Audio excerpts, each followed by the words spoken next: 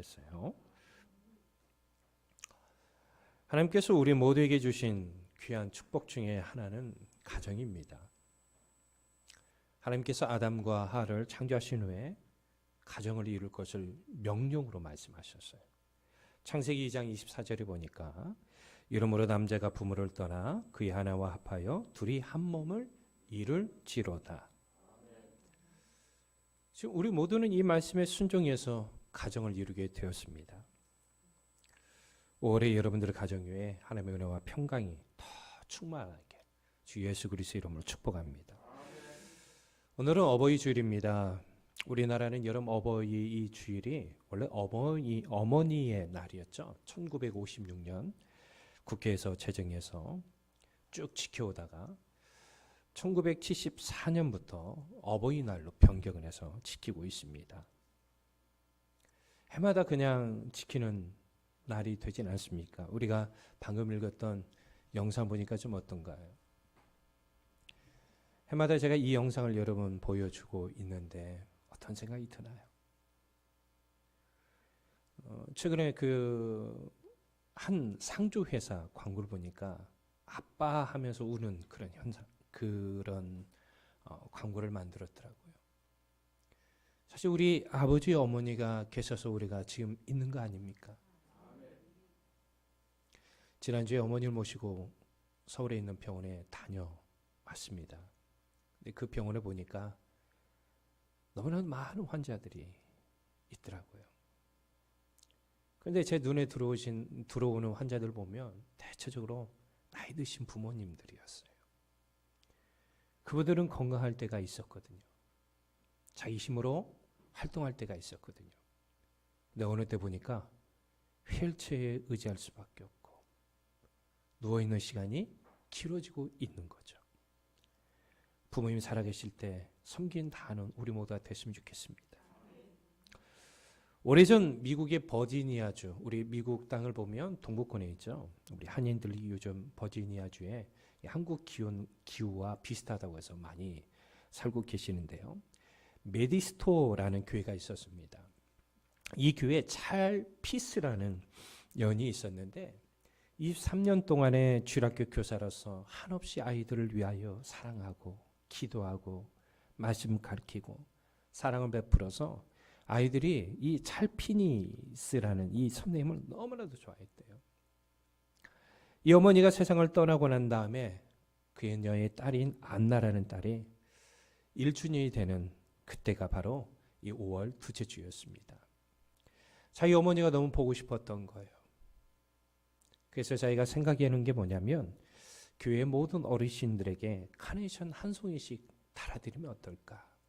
그래서 카네이션을 준비해서 그 어르신들에게 한 송이씩 꽂아 드렸다고 합니다. 그러자 많은 어르신들 뿐만 아니라 교회 성도들이 감동을 받았습니다. 그때부터 뭐예요? 5월 둘째 주가 바로 어머니 날 행사가 되었어요. 그래서 지금 전 세계가 오늘 어머니날 행사를 여러분 하고 있는 거 아시나요? 오늘 이 시간 기점으로 해서 우리 모두가 더욱더 부모님을 공경할 줄 아는, 오늘 설교 제목으로 이야기한다면 부모님을 경외할 줄 아는 복된 여러분 되시기 바랍니다. 레위기서를 읽다 보면 여러분 많이 나오는 언급되는 말씀이 있죠. 나는 여호와 너희 하나님이니라. 나는 여호와 너희 하나님이라. 그러니까 하나님께서는 여호와이신데 그 여호와는 너희의 하나님이라는 거예요. 그러니까 나는 여호와로서 너희와 관계가 있다라는 것이죠. 보면 레위기서 19장 2절 말씀을 보면 너희는 거룩하라. 이는 나 여호와 너희 하나님이 거룩함이니라. 그런데 여러분 레위기 19장만 보더라도 나는 여호와라는 말씀이 몇 번 나오냐면 15번 나와요. 그러면 왜 이렇게 자주 언급이 되는 것입니까? 레위기서를 보면 하나님의 성품에 대해서 얘기하고 있어요. 하나님의 성품. 하나님의 성품은 어떤 분이다? 거룩한 분이시다라는 걸 강조하기 위해서죠. 그런데 우리가 레위기서를 볼 뿐만 아니라 특히 모세 오경을 보면 나는 여호와라고 이렇게 쓰일 때는 하나님이 그의 백성과 연관되어서 사용할 때가 있습니다. 그러면 이 말은 쉽게 얘기하면 이런 얘기예요. 나는 여호와로서 거룩한 분인데 너희의 하나님이지. 그러니까 너희도 어떻게 살아야 한다라는 것에 대해서 알려주는 거예요. 그래서인지 우리가 이 말씀을 잘 읽어보면 알겠지만 그분의 성품을 드러내면서 본문의 말씀에 무슨 말씀이 나오기 시작하냐면 십계명의 말씀이 남아요. 그리고 본문 3절 보면 십계명, 사계명, 오계명이 언급되고 있죠. 안식을 지키라, 부모를 공경하라, 경외하라를 공경하라를 경외하라라고 지금 표현되고 있다는 거 아셔야 돼요. 레기 19장에서는 그런데 또 신기한 것은 하나님을 경외하는 게 먼저 나와야 돼요? 부모를 경계하는 게 먼저 나와야 돼요? 우리 생각으로 봤을 때는. 그렇잖아요. 근데 본문을 보니까 부모를 경외하는 게 먼저 나온다라는 것이죠.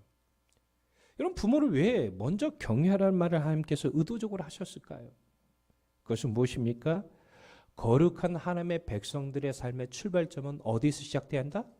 가정에서 시작돼야 한다는 거예요. 그러니까 우리가 믿는 자로서 가정이 무너지면 사실은 신앙의 출발이 잘못되고 있는 거예요. 여러분 우리 신앙생활 출발점이 어디 돼야 하냐면 가정에서 돼야 돼요. 가정에서 예배가 제대로 세워지지 않으면 여러분 교회에서 신앙생활 하는데 예배의 삶이 제대로 세워질 수가 없지요. 그래서 여러분 안타까운 거는 믿음의 가정으로 세워져 가는 데서는 가정에서 그만큼 수고가 필요한 거거든요. 근데 그동안에 가정에서의 신앙 교육 중요하게 여기지 않냐고 그냥 자녀들을 뭐요? 교회에 던져버려요. 교회에서만 해주시길 원하는 거예요. 그런데 그게 잘 안 되는 거예요. 어쨌든 간에 오늘 본문을 통해서 여러분들이 권면할 수 있는 말씀은 뭐냐면 신앙의 출발은 어디서 이루어져야 한다? 가정에서 이루어져야 한다는 거예요. 그리고 그 이후에도 성경에서는 부모를 공경할 것에 대해서 자주 언급하는데 여러분 성경에서 부모 공경에 대해서 가장 많이 언급이 되는 말씀 중에 하나가 잠언서예요. 잠언서는 여러분 잘 알고 있는 지혜서이죠. 지혜서에서 부모 공경에 대한 이야기를 많이 나와요. 그런데 저는요 이 시간에 잠언서의 부모 공경과 관련된 말씀 중에 이 말씀을 함께 읽었으면 좋겠어요. 그 말씀은 잠언서 10장 1절입니다. 솔로몬의 잠언이라 지혜로운 아들은 아비를 기쁘게 하거니와 미련한 아들은 여러분 솔로몬의 잠언이라 지혜로운 아들은 지혜로운 딸은 누구를 기쁘게 해요? 아비를 기쁘게 하고 미련한 아들은 어머니 근심이 돼요. 그러니까 아마도 왜 여러분들 자녀가 지혜로우면 아빠의 기쁨이 되고 엄마에게는 이게 미련한 아들은 엄마의 근심이 될까? 여러분 사실 그렇잖아요. 자녀들이 지혜로우면 아빠 엄마가 같이 기쁜 거 아니에요? 근데 성경에는 왜 아빠의 기쁨이 되고 미련한 아들이 되면 여러분 아빠 엄마가 다 근심하는 거 아니에요? 근데 왜 어머니의 근심이 될까? 여러분 유대인의 어떤 가정을 여러분 보시면 압니다. 사실 여러분들 아버지는 신앙의 교사로서 역할을 하지만 모든 삶의 교사는 엄마가 맡았어요. 그러니까 엄마와 아이들의 관계가 더 친밀해 안 친밀해? 우리 가정을 한번 봅시다. 자, 자녀들이 아빠와 친밀한 시간을 가져요? 엄마와 친밀한 시간을 가져요? 김성환 장로님 가족은 아닌 것 같더라고. 얘기 들어보면 그 대부분 다 그러잖아요. 자녀들이 엄마와 친밀하죠. 그러다 보니까 자녀들이 미련한 행동을 하면 누가 가장 먼저 보게 될까요? 엄마가 보게 돼요. 그러니까 아마도 이 엄마가 근심이 되는 것 같습니다. 여러분 그 이외에도 신약에 보면 여러분 가장 잘 아는 이 부모를 공경하라 그리고 복에 대한 약속이 에베소 6장 사도 바울이 증거하고 있죠. 에베소 6장 1절 4절을 보면 자녀들아 주 안에서 너희 부모에게 순종하라 이것이 옳으니라 내 아버지와 어머니를 공경하라 이것은 약속이 있는 첫 계명이니 이로써 내가 잘되고 땅에서 장수하리라 또 아비들아 너희 자녀를 노엽게 하지 말고 오직 주의 교훈과 훈계로 양육하라. 아멘. 여기서 자녀들은 부모의 말씀에 순종을 해야 하는데 뭐 안에서? 다시 한번 얘기해요. 뭐 안에서? 그러니까 부모를 순종하고 공경하고 경외하는 것은 주 안에서 반드시 이루어져야 한다는 거예요. 제가 오늘 학생의 설교 시간에도 성화에 대해서 오늘 교리 설교를 하고 있는데, 제가 여러분들에게도 말씀드리고 싶은 게 뭐냐면, 여러분들이 정말 예수를 제대로 믿고 그분을 인격적으로 만나면 여러분의 삶의 변화는 일어나게 돼 있어요. 근데 신앙생활을 수십 년 해도 여러분들의 삶의 변화가 일어나지 않는다면 뭔가 여러분 신앙에 문제가 있어요. 한번 점검해 보셔야 돼요. 여러분, 우리가 수십 년 동안 예배를 드려도 예배를 통해서 하나님의 임재를 경험하고 또 하나님 주시는 은혜를 감격을 해야 하는데, 만약에 그것이 여러분들이 되어지지 않는다면 여러분이 신앙을 한번 점검해 보셔야 돼요. 어디를 점검해 보면 되냐면 여러분 가정을 점검해 보면 돼요. 가정에서 진정으로 하나님을 예배하는 시간이 있는지 없는지를 점검해 보셔야 돼요. 개인적으로 하나님 말씀 앞에서 세워져 가고 있는지를 점검해 보셔야 돼요. 개인적으로 기도를 통해서 하나님과의 가까이 하려고 하는 그런 수고가 있는지 없는지를 점검해 보셔야 하는 거예요. 어쨌든 주 안에서 부모를 순종하는 것은 마땅한 거예요.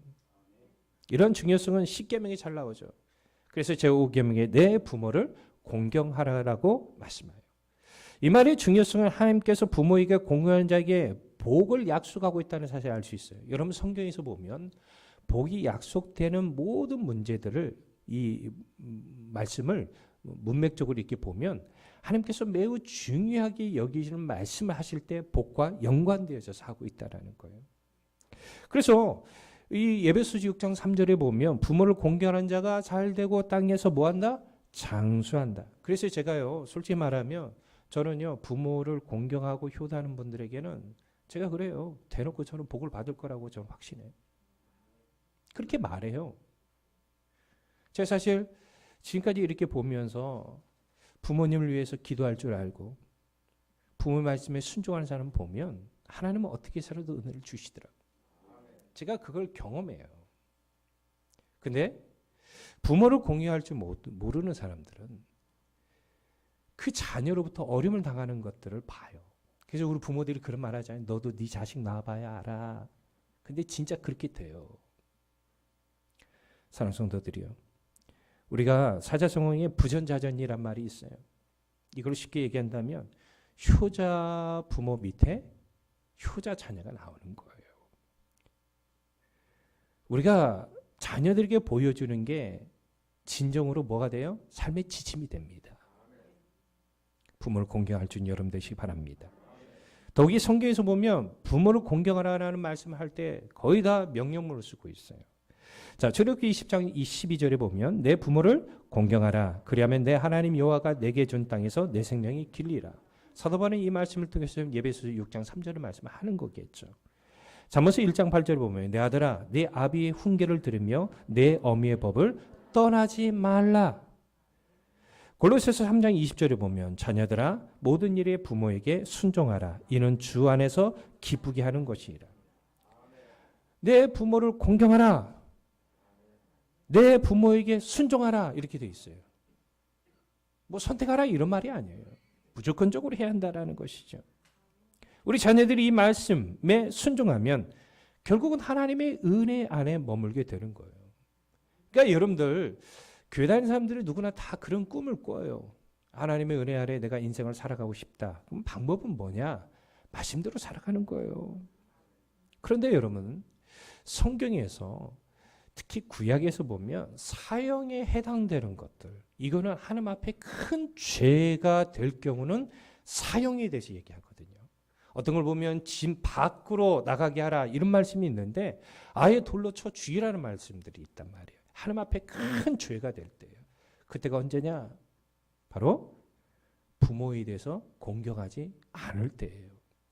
신명기 21장 18, 21절에 보면 사람에게 완악하고 패역한 아들이 있어 그 아버지의 말이나 그 어머니의 말에 순종하지 아니하고 부모가 징계하여도 순종하지 아니하거든 그의 부모가 그를 끌고 성문에 이르러 그 성읍 장로들에게 나아가서 그 성읍 장로들이 말하기를 우리 이 자식은 완악하고 패역하여 우리 말을 듣지 아니하고 방탕하며 술에 잠긴 자라 하면 그 성읍의 모든 사람들이 그를 돌로 쳐 죽일지니 이같이 내가 너희 중에서 악을 취하라. 그리하면 온 이스라엘 듣고 두려워하리라.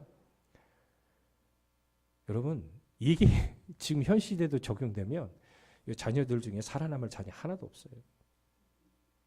근데 더 신기한 건 뭔지 아십니까? 만약에 이게 그대로 지어진다면 아마 부모 말씀 잘 들을까 안 들을까요? 예배 시간에 하나님 앞에 온전히 예배를 드리지 못하면 돌로 쳐 죽이라는 말씀이 지금도 적용된다면 어떻게 예배 드릴까요? 근데 지금은 이런 것들이 적용되지 않은 시대에 살다 보니까 자녀들이 부모를 공경하지 않아도 괜찮다고 안심하면서 살아가는 것입니다. 그러나 여러분, 우리가 아십시오. 주님 앞에 서게 될 때가 있다는 것. 성경에서 보면 하나님으로부터 귀하게 쓰임받은 사람들을 보면 부모의 말씀에 순종할 줄 아는 사람입니다. 여러분, 아브라함, 그 늙은 나이에 하나님께서 독자 이삭을 주셨죠. 이삭은 아버지의 말에 따라서 순종해서 이동할 줄 아는 사람이었어요. 야곱을 한번 봅시다. 우리가 성경에 보면 야곱에 대해서 이렇게 좋은 평가를 내리지 못하는 부분도 있어요. 분명히 인간적이기 때문에. 근데 그러는 우리들은 어떤가요? 만약에 여러분 성경의 저자가 우리에 대해서 여러분 성경을 기록한다면 여러분들은 어떤 모습을 기록할까요? 고개를 숙인 분들이 많은 거 보니까 더 이상 얘기를 안 하랍니다. 그런데 성경을 여러분 잘 보세요. 에서와 야곱이 충돌이 일어날 때에 야곱이 어디에 가게 되죠? 그의 외삼촌 라반이 있는 바담 아람으로 가죠. 근데 바담 아람으로 가라고 누가 얘기해요? 아버지 이삭이 얘기해요. 네. 자, 왜 그런 일이 일어나냐면 형 에서는 가나안 땅의 사람들의 딸들을 받아들여서 결혼해요. 근데 그거에 대해서도 부모님은 근심이 된 것도 있지만 이삭의 마음을 기쁘게 하지 못했어요. 그래서 우리가 창세기 28장에 보면 이삭이 야곱에게 바다마로 가라고 하면서 뭐라고 하냐면 너는 가나안 땅의 사람들의 딸들을 아내로 맞이하지 말고 외삼촌에게 가서 그 가족의 딸들을 너의 아내로 맞이하라고 하면서 보낸 곳이 어디예요? 바다마름이에요. 창세기 28장 7절에 보니까 뭐라고 써 있냐면 야곱이 부모의 명을 따라 갔다라고 되어 있어요. 그러니까 여러분들 부모의 말씀에 순종, 자기가 봤을 때 아니라고 생각할 수도 있어요. 여러분들 자녀들이 자꾸 커가면서 부모와 충돌이 일어나거든요. 의견이 안 맞아요. 아니 아버지 어머니는 왜 9세대야? 라는 생각을 가질지 몰라요. 그러나 자녀가 그런 9세대라고 생각하는 그 부모님의 생각을 맞추면 하나님은 그 사람 복되게 하시는 거예요. 야곱의 아들들 봅시다.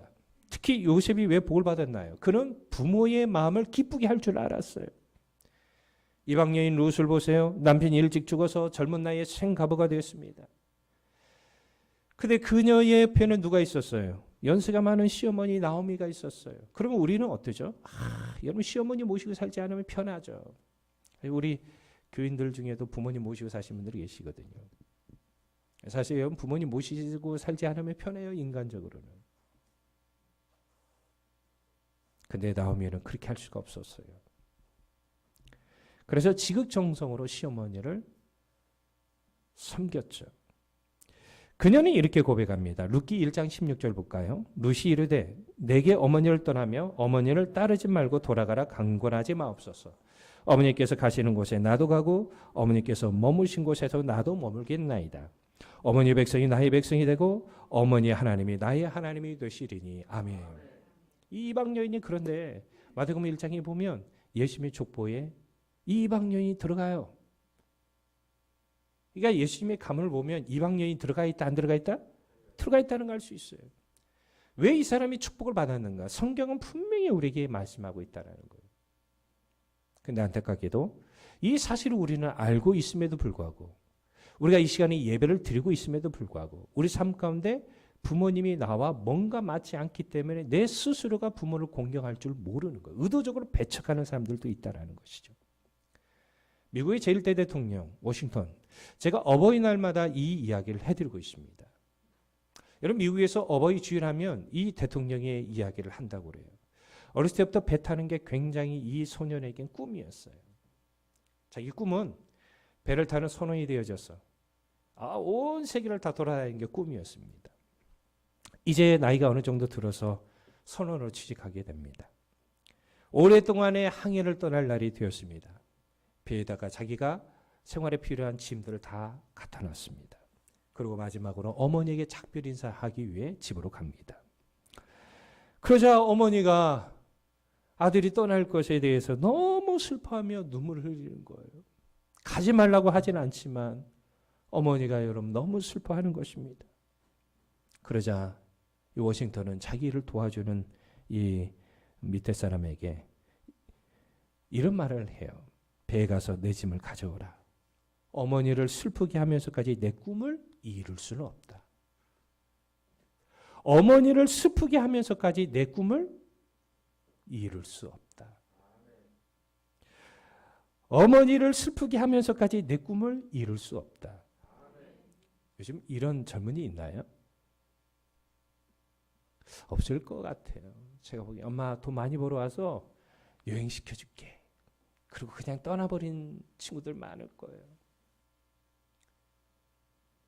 해남에서 교편생활하는 우리 영찬이 형 오늘도 왔는데요. 엄마가 울면서 해남이 멀어도 한 2시간 돼도 주일마다 교회 와서 나랑 같이 예배 드렸으면 좋겠어. 그러면 영찬이 뭐라고 얘기해야 돼요? 엄마 2시간이 얼마나 먼 줄 알아? 이게 아니에요. 맞춰 드리는 거예요. 그렇게 될 줄 믿습니다. 그러니까 부모를 공경하라 이 말에 순종하니까 하나님께서는 아마 은혜를 주신 거겠죠. 그래서인지 몰라도 미국이 제1대 대통령이 되었는지도 몰라요. 자세한 건 좀 하나님 앞에 가서 물어봅시다. 네. 우리나라 도시들 보면 여러분 효자동이 많이 있더라고요. 제가 한번 찾아봤어요. 효자동이 얼마나 많은가 했더니 서울의 청와대 옆에 효자동이 있죠. 경기도 고양시에도 있고요. 또 우리 가까운 데는 전라북도 전주시에도 효자동이 있고 경상북도 포항시에도 있고 예, 많이 있더라고요. 강원도 춘천시도 효자동이 있더라고요. 그런데 효자동이 그냥 만들어진 게 아니에요. 그 전설적인 이야기가 있는데 오늘 2개의 동네를 좀 소개해 줍니다. 서울에 있는 효자동이 붙여지게 된 이유가 이거래요. 어느 집에 아들 며느리가 밭에 일 나간 사이에 이 할아버지의 실수로 손자 아기가 이불 밑에 깔려 죽었다고 그래요. 속상해 안 속상해? 아 근데요. 집에 먼저 들어온 며느리가 이걸 알게 된 거예요. 그러면 현 시대 며느리 어떻게 하죠? 아버님. 그게 아니에요. 아버지가 이것 때문에 고통스러워할까 봐 그 시신, 아기를 끌어안고 밖으로 나갑니다. 그 남편이 얘기해요. 아들이 지금 죽었는데 아버님이 이것 때문에 고통스러워한다고. 그자 아들이 뭐라는 줄 아세요? 이런 불효자식. 왜 할아버지를 힘들게 하면서 뺨을 탁 한 대 때리대. 근데 그때 그 뺨을 맞았고 죽었던 아이가 다시 살아났대요. 그래서 이 소문이 펴져가지고 그 동네가 뭐가 된 거예요? 항상 우리가 여러분 전설의 고향 끝나면 뭐가 가죠? 믿거나 말거나. 예. 강원도 춘천은 더 재미있더라고요. 효자동. 참. 우리나라 전설들을 여러분 보면 재밌는 거 아시죠? 예. 무속신앙이 굉장히 우리나라 강했잖아요. 예. 근데 어머니를 정말 부모님을 지극정성으로 이렇게 섬기는 반씨 집안이 있었대요. 성이 반씨 가문이 거기 살고 있었다고 합니다. 날마다 그 집 앞에 개울이 있는데 거기서 물고기를 잡아다가 반찬을 날마다 해줄 정도로 부모를 지극정성으로 섬겼대요. 근데 모친이 이제 점점점 병이 들어서 뭘 갖다 줘도 백약이 무효될 정도였습니다. 그자 아들은 뒤뜰에 칠성단을 차려요. 우리나라가 여러분 칠성단이 여러분 불교 안에서도 많이 있고 무속신앙에도 많이 있죠. 칠성이 북두칠성이에요. 북두칠성을 보면서 건강과 장수, 재물의 복을 빌었던 게 우리나라 무속신앙 안에 있죠. 저녁마다 이렇게 한 거예요. 그러다가 어느 날에 어머니가 딸기가 먹고 싶다라는 얘기를 듣게 돼요, 아들이. 근데 그때가 겨울이었어요. 겨울에 딸기 나오나요? 그때 당시 비닐하우스는 없었을 거예요. 지금이야 뭐 나오면 나올 수 있겠지만. 근데 이 아들은요, 어머니의 그 딸기를 찾기 위해서 산으로 올라갑니다. 여기 저기 눈도 많이 왔고 지치죠. 여러분 눈 이렇게 막 쌓일 때 걸어가면 체력이 많이 금방 고갈되는 거 여러분 알지 않습니까? 근데 찾을 수가 없었어요. 너무 지친 나머지 바위에 앉아 있었습니다. 근데 참 희한해요. 이상하게 지쳐가지고 앉아 있으면 그때 보이는 거. 거기 딱 돌리니까 딸기나무가 보이는 거예요. 거기서 신선한 딸기를 따가지고 이제 어머니에게 갖다 드려야겠다는 부푼만을 가지고 내려갑니다. 근데 체력이 고갈이 돼요. 근데 어머니 생각만 하면서 엎어져서 기어서라도 어머니한테 가야겠다 하고 기어가고 있는데 큰 호랑이가 나타납니다. 무서웠어요. 그 호랑이가 이 아들을 해치는 게 아니라 지쳐 엎어져가는 모습 보고서 호랑이 등에 엎여가지고 집에까지 데려다 줬다는 거예요. 그래서 그 어머니가 그 딸기 먹고 다시금 힘을 얻었다고 해서 그 동네가 효자종이 되었다는 겁니다. 믿거나 말거나. 그런데 제가 이 시간에 이 이야기를 드린 이유가 뭐예요? 아무리 전설이라도 배울 점이 있기 때문입니다. 사실 우리 부모님을 공경하는 데 있어서 우리는 어떤 자세로 여러분 공경하고 있습니까? 여러분 제일 부모를 공경하는 최고가 뭔지 아십니까? 부모님이 예수를 믿지 않으면 그분에게 복음을 전하는 거예요. 미국에 한 초등학생이 있었습니다. 어린아이지만 그런 벅찬 구원의 감격을 받아서 이 초등학생이 예수를 제대로 만난 거예요. 예수를 믿지 않는 아버지를 전도하고자 했습니다. 그 아버지는 단지 아들이 그렇게 하는 것이 너무 귀여웠어요. 그리고 항상 이런 말을 했대요. 너부터 먼저 믿어. 아빠가 시간이 나면 꼭 믿을게. 약속했다고 그래요. 그러던 어느 날 가슴 아픈 일이 일어납니다. 아들이 교통사고로 그만 죽게 돼요. 이건 실화예요. 전설이 아니에요. 예. 아버지가 이제 너무 가슴이 아팠어요. 아들 방에 들어가서 유품을 정리하는 가운데 우연히 일기장 하나를 발견하게 됩니다. 그 일기장을 펴본 아버지는 기절 같은 일이 일어나요. 기절 당할 것 같은 일. 그게 뭐냐면 죽기 전에 며칠 전에 이 아들이 일기장에 이런 일기를 썼다고 그래요. 하나님, 우리 아빠 꼭 예수를 꼭 믿게 해주세요. 하나님, 아빠가 예수를 믿기 위해서 내가 죽어야 한다면 나는 죽기를 원합니다. 내가 죽어서라도 아빠를 예수 믿게 해주세요. 그가 이 글을 읽으며 큰 충격과 후회와 아들이 아빠를 사랑하는 감동을 받은 거예요. 그리고 그 자리에서 하나님 앞에 회개를 하고 예수를 구주를 영접하게 됩니다. 아들의 생명과 자기 구원을 바꾼 셈이 된 것이죠. 그리고 그 아버지가 대학생 선교회 CCC 국제본부 부총재가 되어서 지난 반세기 동안 세계 토지에서 수백만의 그리스도인들을 주임교토로 이끄는 사람이 된 거예요. 오늘 말씀 결론 내립니다. 사랑 성도들이요. 우리 부모님이 지금 돌아가시지 않든 또 교회 안에도 우리 부모님들이 계시잖아요. 저는 여러분 나를 낳으시고 기르신 분뿐만 아니라 우리 교회에 있는 모든 부모님들이 다 우리 부모인 줄 믿습니다. 이들을 진정으로 공경하세요. 이 시간 여러분 우리가 이따가 좀 회개 좀 할 텐데요. 내 생각과 부모님의 생각이 좀 안 맞다고 해서 의도적으로 부모님을 공경하지 않는 일들이 지금 우리 안에 있지는 않은가요? 사실 여러분 부모가 나한테 맞춰야 합니까? 내가 부모에게 맞춰야 합니까? 아니에요. 부모가 나에게 맞춰줘야 돼요. 그런 시대에 우리가 살아가고 있어요. 오늘 이 시간에 회개하고 부모님께 맞춰드리는 그런 삶을 삽시다.